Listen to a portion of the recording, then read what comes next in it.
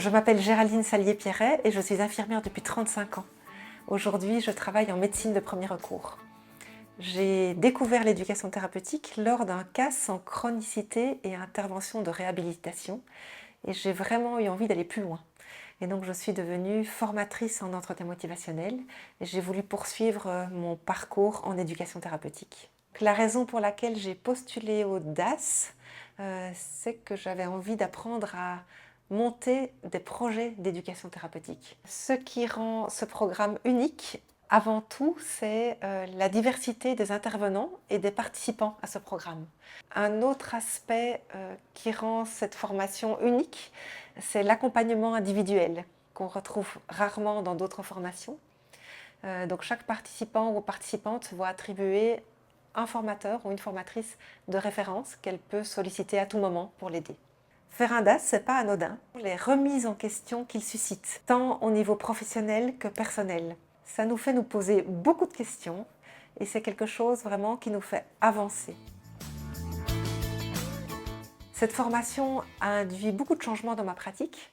Premièrement, je suis devenue coordinatrice de la cellule d'éducation thérapeutique de mon département, en collaboration avec un médecin et une diététicienne qui ont aussi obtenu le DAS. Parallèlement, avec mon travail de DAS, j'ai gagné le prix qualité 2022 et suite à ça, je continue à monter des projets. Donc pour donner quelques exemples, je continue de donner des formations en éducation thérapeutique et en entretien motivationnel.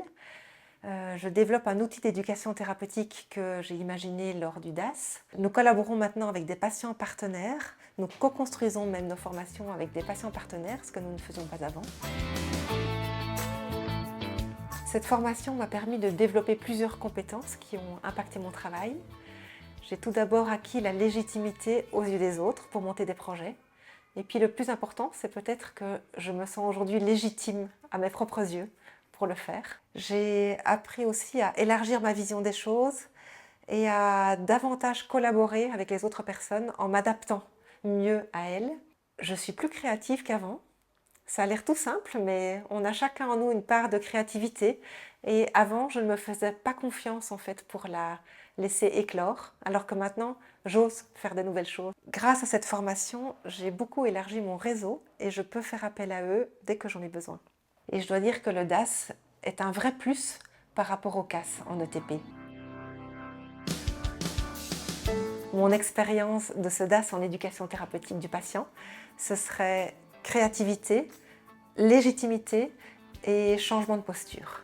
N'hésitez plus, foncez, parce que vous allez augmenter en compétences dans un cadre bienveillant et puis peut-être que vous allez vous découvrir des capacités insoupçonnées, comme ça a été le cas pour moi.